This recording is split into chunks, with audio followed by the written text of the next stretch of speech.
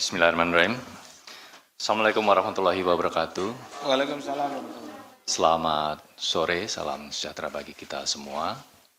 Yang kami hormati Ketua Komisi Pemberantasan Korupsi Bapak Setio Budianto, Bapak PLT Deputi Penindakan dan Eksekusi, Bapak Asep Guntur Rahayu, dan insan jurnalis yang kami banggakan.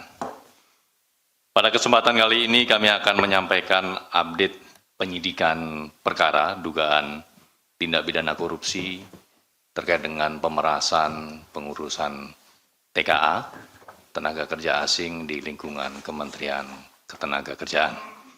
Khususnya pada kesempatan kali ini kami akan menyampaikan terkait dengan penahanan kepada 4 tersangka. Namun sebelum kami sampaikan secara detail konstruksi perkara ini, kami akan menghadirkan keempat tersangka yang akan dilakukan penahanan pada kesempatan kali ini.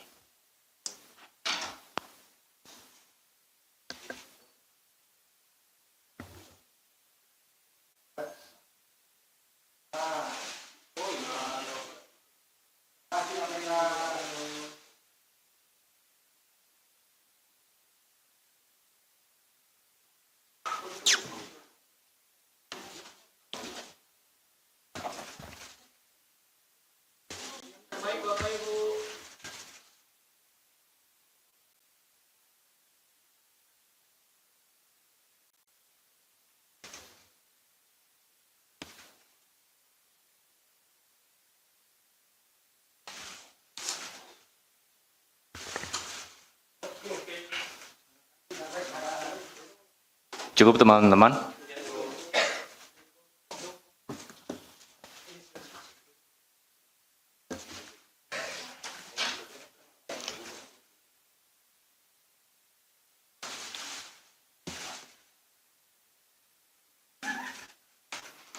Baik, terima kasih.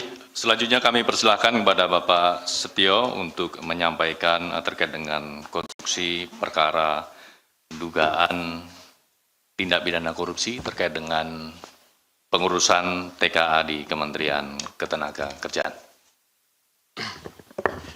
Baik, terima kasih. Assalamualaikum warahmatullahi wabarakatuh. Waalaikumsalam. Selamat malam, salam sejahtera untuk semuanya, salam sehat. Yang saya hormati Pak Deputi Penindakan, yang saya hormati Jubir, kemudian semua rekan-rekan dari media, wartawan, responden, dan semuanya yang hadir pada kesempatan malam ini.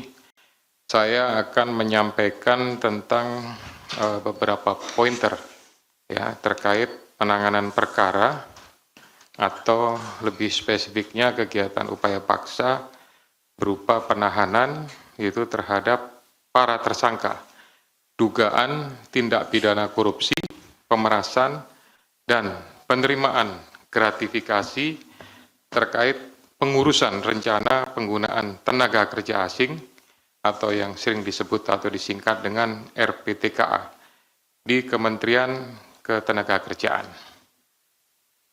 Jadi berdasarkan kecukupan bukti pada proses penyidikan yang sudah dilakukan oleh para penyidik, hari ini KPK melakukan penahanan terhadap 4 tersangka dari total 8 tersangka yang telah ditetapkan pada tanggal 5 Juni 2025 yang lalu.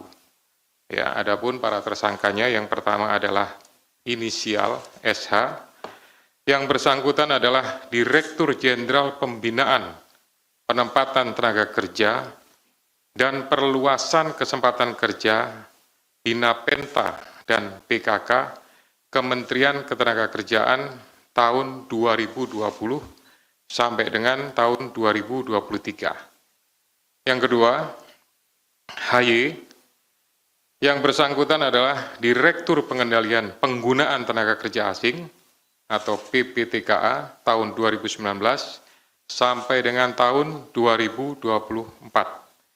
Kemudian setelah jabatan itu, yang bersangkutan menjabat atau diangkat menjadi Direktur Jenderal atau Dirjen Pembinaan Penempatan Tenaga Kerja dan Perluasan Kesempatan Kerja Kementerian Ketenagakerjaan tahun 2024 sampai dengan 2025.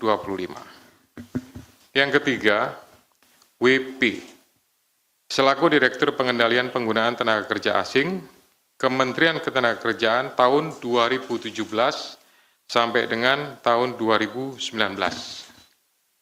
Kemudian yang terakhir, DA, selaku Koordinator Uji Kelayakan Pengesahan Pengendalian Penggunaan Tenaga Kerja Asing tahun 2020 sampai dengan Juli 2024, yang kemudian diangkat atau menjabat sebagai Direktur Pengendalian Penggunaan Tenaga Kerja Asing Kementerian Ketenagakerjaan tahun 2024 sampai dengan 2025.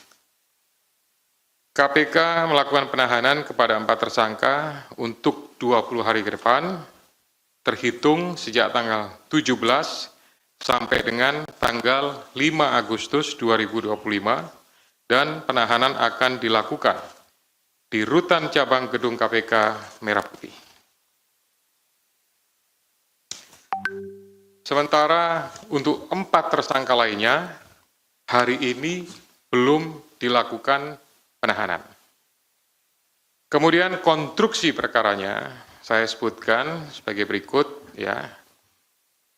Rencana penggunaan tenaga kerja asing atau RPTKA adalah izin rencana penggunaan tenaga kerja asing atau TKA pada jabatan tertentu, artinya beberapa pejabat tadi, kemudian jangka waktu tertentu yang diterbitkan oleh Kementerian Ketenagakerjaan kepada pemberi kerja yang akan mempekerjakan TKA di Indonesia. Setiap pemberi kerja yang akan mempekerjakan tenaga kerja asing wajib memiliki dokumen pengesahan RPTKA. Kemudian pengurusan pengesahan RPTKA dilakukan di Direktorat Pengendalian Penggunaan Tenaga Kerja Asing, Direktorat Jenderal atau Binapenta Kementerian Ketenagakerjaan, di mana dalam proses pengajuan RPTKA akan diterbitkan 2 dokumen, yaitu yang pertama hasil penilaian kelayakan atau HPK, dan yang kedua adalah pengesahan RPTKA itu sendiri. Pengajuan kedua dokumen tersebut dilakukan secara online oleh pemohon. Pemohon ini bisa perusahaan atau agen yang terdaftar di Kemenaker dan diberikan kewenangan untuk mengurus RPTKA. Atas permohonan tersebut dilakukan verifikasi secara berjenjang pada Dirjen Binapenta dan PKK. Dalam proses penerbitan pengesahan RPTKA, pihak-pihak di Kementerian Tenaga melalui pegawai di Direktorat PPTKA diduga melakukan pemerasan kepada pemohon. Pemohon itu yaitu agen dan perusahaan-perusahaan yang terdaftar tadi. Bahwa tersangka SH, kemudian WP, HY, DA, dan 4 tersangka yang lainnya meminta sejumlah uang kepada pemohon agar dokumen RPTKA disetujui dan diterbitkan. Adapun permintaan uang dilakukan dengan modus yang pertama, dalam proses permohonan RPTKA secara online oleh pemohon hanya memberitahukan kekurangan berkas melalui WhatsApp kepada pihak pemohon yang sudah pernah menyerahkan sejumlah uang pada pengajuan sebelumnya, atau pemohon yang menjanjikan akan menyerahkan uang setelah RPTKA selesai diterbitkan.